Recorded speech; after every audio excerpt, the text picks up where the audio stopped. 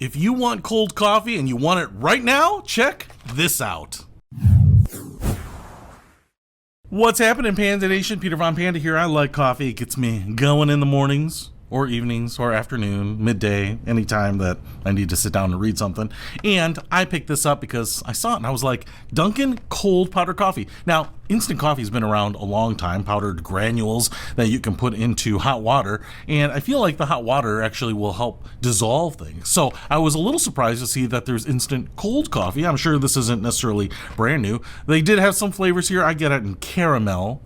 You might say caramel, but it's not caramel, it's caramel with the accent on the end. You know what I'm saying.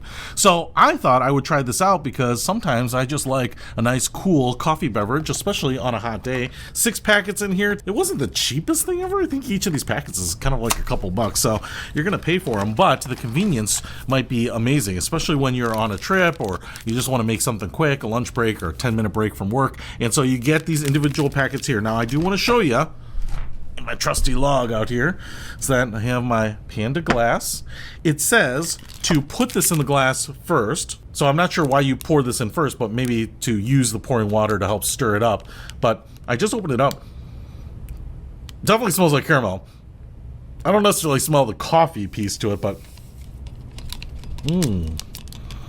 it definitely looks like instant coffee, but finer ground. I mean, there aren't the big crystals. If you've ever seen a lot of instant coffee, the crystals can actually be pretty big, you know, like bigger than sand, you know what I'm saying? But that looks like a really fine powder, and so I think that's going to help kind of dissolve, even though we don't necessarily have hot water going in there. Now, it actually says to pour in room temperature or cool water and add 10 ounces. And so what I have here is just slightly cooled water, and I measured it out in my measuring cup there. So it says 10 ounces. Now I've got some powder up on the sides. I'm going to see if I can flush that down the side here a little bit.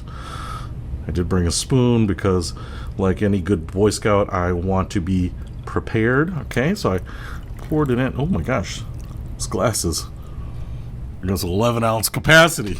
All right, so I will say that as far as I can tell, it actually has dissolved pretty well just on the pouring. I can see some of the little granules at the top here, but you know, normally when you make a hot chocolate and you put the chocolate mix, you're really stirring it up and kind of getting rid of the mix that clumps up. But I would say maybe I see a little bit of the particulate moving around there, but you don't have to do much. This is all real time. All right, got a little preview of what it's going to taste like, but you know, cold drinks don't release a lot of aroma, I think. So I can just detect a hint of coffee and a hint of the caramel, but it's not like overwhelming. It's not like you wake up and you're like, I can smell that warm coffee. Who's making coffee? This is pretty subtle. I mean, if you were drinking this and sitting next to someone else in the cube next to you, I don't think they'd be able to smell it. So let's give it a try. All right, there is that coffee taste, but it's actually pretty watered down. I'm surprised 10 ounces is the recommended amount. It definitely has like a thinner, more watery feel than your luxury coffees with all the fixins and all the cream and everything like that. But it definitely tastes like a good cup of coffee. There's maybe just a little bit of that coffee bitterness on the back end. The caramel smell, which I thought might be overwhelming or might be a huge component of the taste here, is very, very subtle on the drinking itself. So if you are worried about this being some sort of decadent drink, it's just kind of a hint of caramel. If you are hoping that it was like a decadent drink, like a macchiato or a latte or something like that, it's not like that at all. It's definitely like a cold brew coffee, like the big bottles of coffee that you grab out of the refrigerator, pour yourself a drink. So it's a nice, easy way to make 10 ounces of pretty good coffee. And even though, like I said, this had flavoring to it, it's actually really subtle. I probably wouldn't actually mind pouring a little cream in here.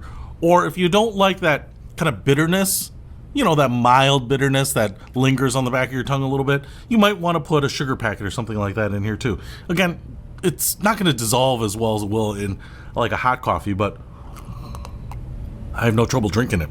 It's pretty good. Does America run on Dunkin'? Well, the Panda Research Institute does, today at least. Hey, if you want to pick this up, I'll put a link to it in the description below. Peter Von Panda, out. We can discover more and explore so much deeper.